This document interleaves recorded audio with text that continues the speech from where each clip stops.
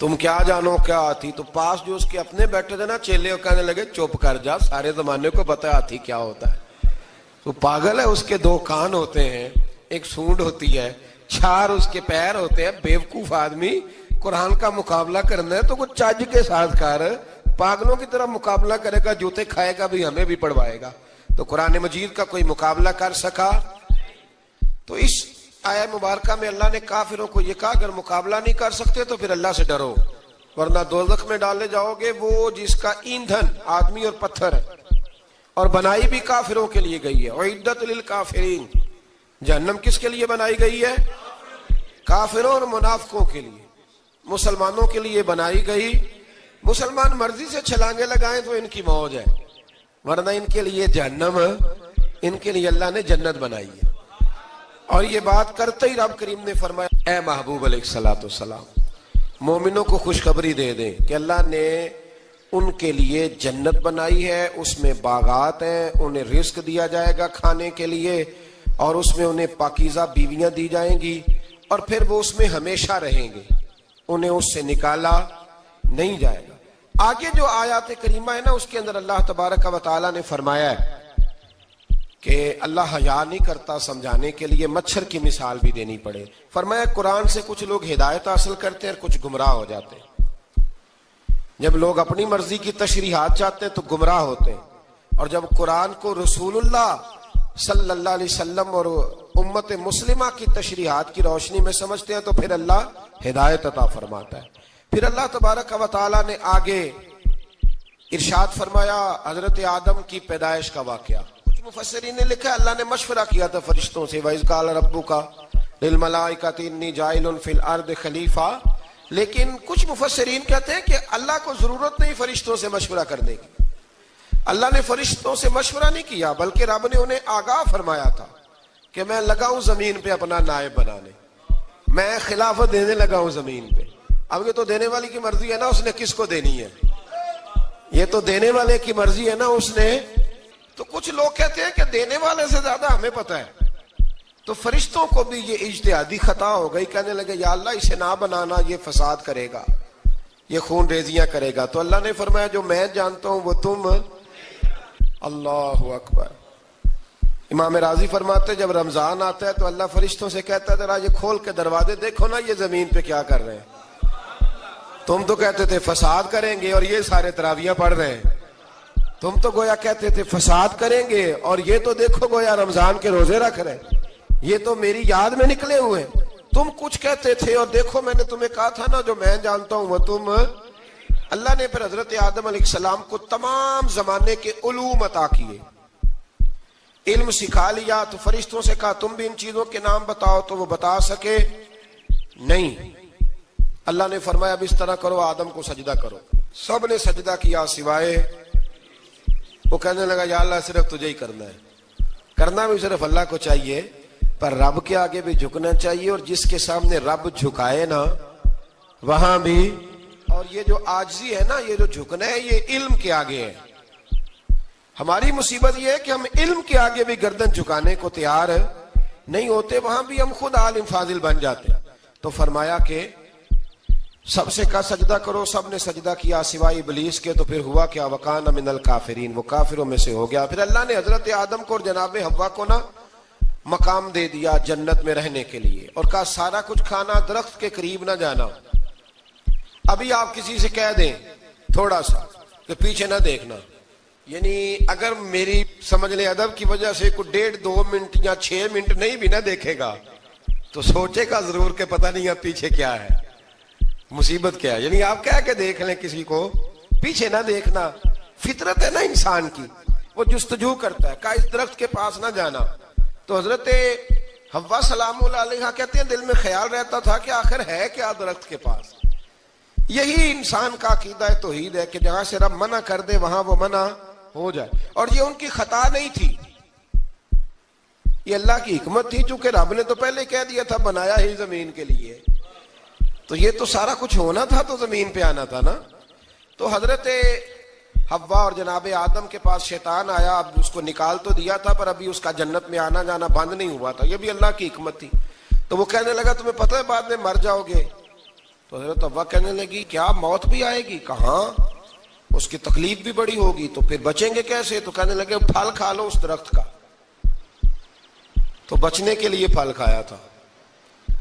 جس طرح لوگ آج بہت سارے کام بچنے کے لیے کرتے ہیں پر بچ سکتے، بچنے کے لیے پھل کھایا تو اللہ نے فرمایا زمین پہ چلے جاؤ. تو حضرت آدم زمین پہ آئے، پھر کئی 100 سال روتے رہے. فَتَلَقَّى آدَمُ مِن رَبِّهِ کلمات، تو پھر اللہ نے خود ہی جناب آدم کو کچھ کلمے سکھائے. علامہ اسماعیل لکی فرماتے ہیں وہ کلمے یہ تھے کہ حضرت آدم نے میرے نبی کا وسیلہ پیش کیا، اللہ کریم نے جناب آدم کی دعا کو مقبول فرما لیا. پھر آگے بنی اسرائیل کا ذکر آ جاتا ہے. اللہ تعالیٰ نے بنی اسرائیل، آج آپ اسی قوم کو یہودی کہتے ہیں، ان کو اللہ نے اس زمانے میں فضیلت عطا کی تھی بہت زیادہ. تو عرب کے اندر جب نبی پاک علیہ السلام نے اعلان نبوت کیا تو کچھ لوگوں نے یہ کہہ دیا کہ اگر یہ یہودی کلمہ پڑھ لیں گے تو ہم بھی پڑھ لیں گے. تو پھر اللہ نے انہیں یاد کرایا کہ تم اصل میں کیا ہو، تمہیں کلمہ پڑھنا چاہیے. تو اہل یہود کا تذکرہ کرتے کرتے رب کریم نے ایک بات یہ بھی ارشاد فرمائی کہ تم لوگوں کو تو کہتے رہے ہو کہ وہ نبی آنے والے ہیں، وہ نبی آنے والے ہیں، اور جب آ گئے ہیں تو ماننے کو تیار نہیں ہو. تو فرمایا تأمرون الناس بالبر وتنسون انفسکم وانتم تتلون الکتاب، لوگوں کو بھلائی کا حکم دیتے ہو اور اپنے آپ کو بھول جاتے ہو. افلا تعقلون، تمہیں عقل نہیں؟ پھر اللہ نے انہیں یہ بھی یاد کرایا کہ یاد کرو وہ زمانہ کہ جب فرعون نے خواب دیکھ لیا تھا کہ کوئی بچہ اس کی سلطنت کو تباہ کرے گا، تو پھر اس نے تمہارے بچوں کو ذبح کرانا شروع کیا اور تمہاری بیٹیوں کو چھوڑتا تھا. فرمایا یہ بھی تو تم نے دیکھا، میں نے تمہیں پھر تم سے کہا جہاد کرو قوم عمالقہ کے خلاف، تو مقام طیہ میں جا کے یہ لوگ کہنے لگے ہم سے جہاد نہیں ہوتا. اللہ نے انہیں ایک میدان میں قید کر دیا. بڑی دلچسپ بات، قید تو لوگ ہوتے ہیں نا چار دیواری میں، تو اللہ نے بنی اسرائیل والوں کو جب انہوں نے کہا ہم جہاد نہیں کریں گے تو اللہ نے میدان میں قید کر دیا. میدان میں، یہ یاد رکھیں، جب انسان اللہ کی نافرمانی کرتا ہے تو اسے ایسی قید ملتی ہے جس کا اس نے تصور بھی نہیں کیا ہوتا. ایک میدان ہے مقام طیہ، قید ہو گئے. سارا دن سفر کرتے تھے، سارا دن، تو رات کو تھک کے سوتے تھے، صبح اٹھتے تھے نا جب تو وہیں ہوتے تھے جہاں کل صبح چلے تھے. تو رب جب کسی کو قیدی بناتا ہے تو اسے زنجیروں کی، سلاخوں کی ضرورت. دعا فرمائے اللہ تبارک و تعالی غموں سے نجات عطا فرمائے. یہ دعا فرمائے، ایسی قید دیتا ہے کہ جس سے پھر چھٹکارا ہو سکتا. تو بنی اسرائیل کا بہت زیادہ تذکرہ اس پارے میں اللہ تبارک و تعالی نے پھر بیان کیا، اور پھر کہا کہ انہیں جو حکم دیا جاتا تھا یہ اس کی سرتابی کرتے تھے. پھر اللہ نے ان پر ذلت نازل کر دی اور یہ ہمیشہ اس کا شکار رہے. قوم سبت کا ذکر فرمایا اللہ نے. ہفتے والے دن کچھ لوگ نافرمانی کرتے تھے. ہمارے بھی ہیلے بہانے ہیں نا آج کل کاروبار میں. تو اسی سپارے کی آیت نمبر 65 کے اندر اللہ تعالیٰ نے حضرت داؤد کی قوم کا ذکر کیا کہ اللہ نے انہیں حکم دیا تھا کہ ہفتے والے دن مچھلیاں نہیں پکڑنی. تو وہ کہتے تھے چلو ہاتھ لگا کے نہیں پکڑنی، ہاتھ لگا کے. وہ ہمارے لوگ ہیلے بہانے تلاش کر لیتے ہیں نا. وہ بڑے جناب انشورنس والا آ گیا، اب وہ بینک والا آ گیا، وہ فلانے صاحب آ گئے، وہ تروڑ مروڑ کے کہانیاں باتیں، اور پھر ہمیں بھی رستے مل جاتے ہیں بچنے کے. مفتی صاحب نے کہہ دیا تھا، ایک مولانا سے میں نے ان کو کہا ہفتے والے دن مچھلیاں نہیں پکڑنی. کہا نہیں پکڑتے، چھوٹے چھوٹے حوض بنا لیے. تو مچھلیاں زیادہ آتی تھی اس دن، یہ بھی اللہ کی قدرت تھی. نماز کے وقت گاہک زیادہ آتے ہیں، یہ اس کی قدرت ہوتی ہے. تو وہ مچھلیاں حوض میں جمع ہو جاتی ہیں. یوں سمجھ لیں کہ جال انہوں نے لگا لیے ہوئے تھے، تو جال میں وہ پھنستی رہتی تھی، حوضوں میں آتی رہتی تھی. ہفتے کو نہیں پکڑتے تھے، اتوار کو پکڑ لیتے تھے. تو پھر اللہ نے انہیں سزا دی. فرمایا تماشے کرتے ہو اللہ کے حکم کے ساتھ. کیا سزا دی؟ فَقُلْنَا لَهُمْ كُونُوا قِرَادَةً خَاسِئِينَ. فرمایا بندر بن جاؤ دھتکارے ہوئے. جو رزق حرام طریقے سے کماتے تھے رب انہیں بندر بنا دیتا تھا. ابھی بھی میں نے دیکھے ہیں بڑے بڑے تاجر پاگلوں جیسی زندگی گزار رہے ہیں. نفسیاتی طور پہ سکون نہیں ہے، کروڑوں روپیہ پڑا ہے. کیوں؟ اس لیے کہ رب کے بتائے ہوئے طریقے کے مطابق تجارت نہیں کرتے. آگے ایک اور دلچسپ بات آ گئی. بنی اسرائیل کے اندر نا ایک شخص نے اپنے چچا کو قتل کر دیا جائیداد کے لیے. یہ دیکھیں کب سے لوگ جائیداد کے لیے قتل کرتے آ رہے ہیں. چچا کو قتل کر دیا، اور قتل کر کے حضرت موسیٰ علیہ السلام کے پاس آئے کہ میرے چچا کو کسی نے قتل کر دیا ہے تو بتائیں کیا کرنا ہے؟ تو آپ نے فرمایا کہ گائے ذبح کرو اور اس کا ایک ٹکڑا مقتول کو مارو، مرنے والے کو، وہ خود اٹھ کے بتا دے گا مجھے کس نے قتل کیا ہے۔ اب ارادہ نہیں تھا گائے ذبح کرنے کا تو بہانے کرنے لگے، ارادہ نہیں نہ ہوتا تو پھر کیا ہوتے ہیں؟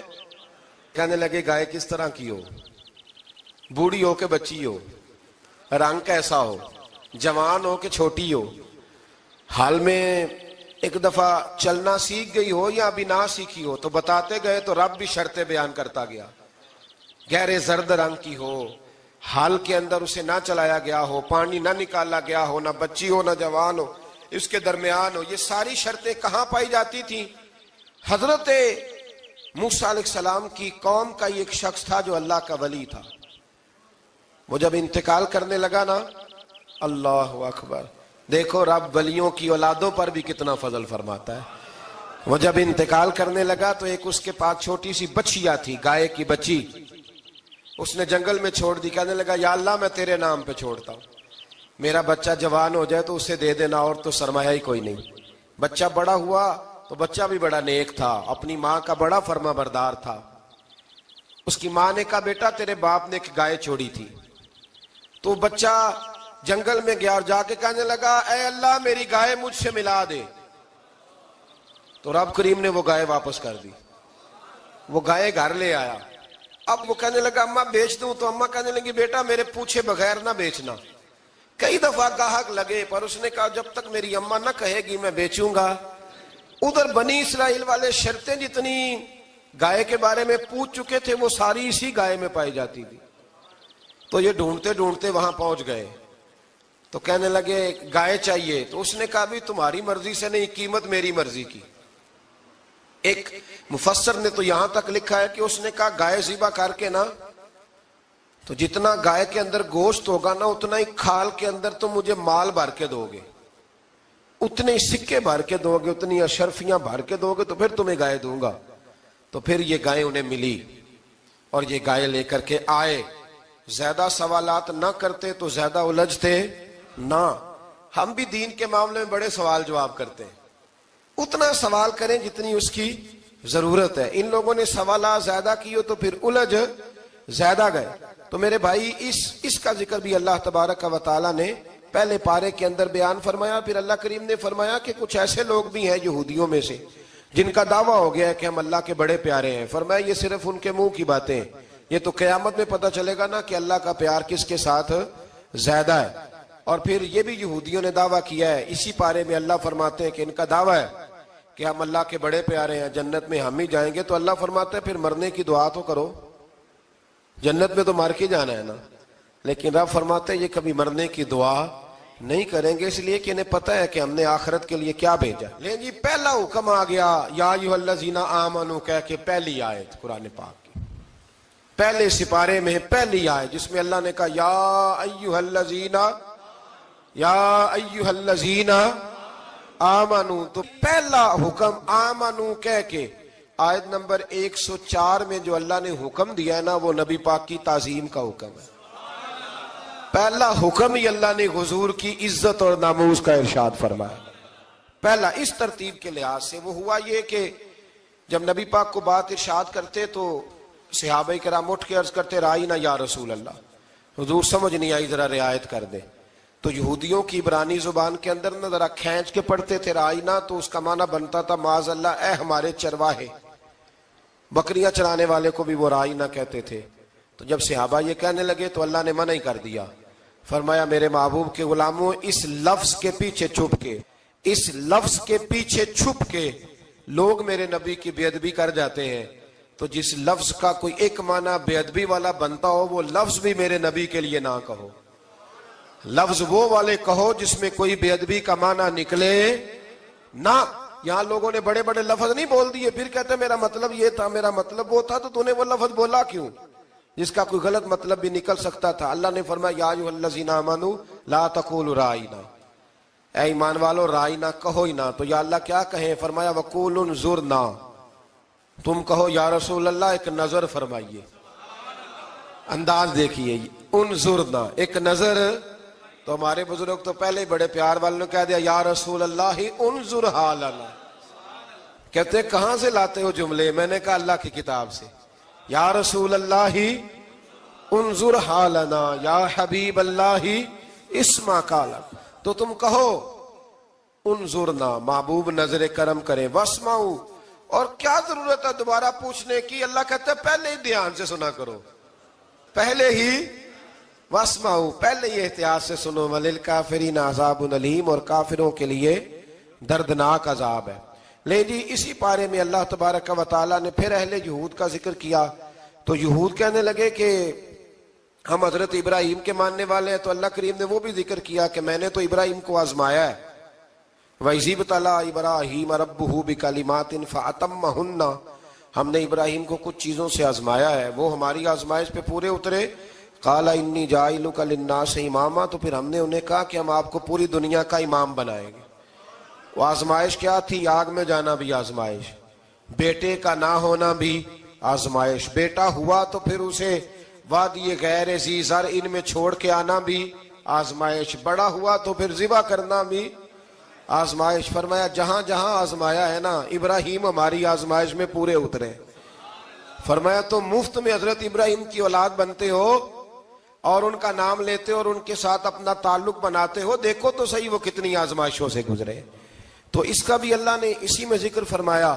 اور پھر وہ بات کرتے تھے حضرت یعقوب کی اور حضرت اسحاق کی. تو فرمایا وہ تو ہمارے اتنے خاص بندے تھے کہ وصال کے وقت بھی انہوں نے اپنی اولادوں کو نصیحت فرمائی تھی کہ اللہ کی توحید پہ قائم رہنا. اس کا ذکر بھی اللہ نے اسی پارے میں بیان فرمایا. اور جو حضرت ابراہیم اور جناب اسماعیل نے کعبہ تعمیر کیا تو اس کا ذکر بھی اللہ تعالیٰ نے اسی پارے میں فرمایا. فرمایا جب وہ کعبہ بنا رہے تھے تو کہہ رہے تھے ربنا تقبل منا، کہہ رہے تھے اے اللہ بنا ہم نے دیا ہے پر مہربانی فرما ہم سے قبول فرما لے. تو جو آیہ کریمہ آخر میں عرض کرنا چاہتا ہوں اس پر بھی تھوڑی توجہ فرمائیں گے تو بات بڑی نکھر کے باہر آئے گی. یہ 16ویں رکوع کے اندر اللہ نے پھر یہود کا اور عیسائیت کا ذکر فرمایا. تو اللہ کریم نے ایک بات ارشاد فرمائی. یہودیوں کے ہاں جب کوئی بچہ پیدا ہوتا تھا پیلے رنگ کے ساتھ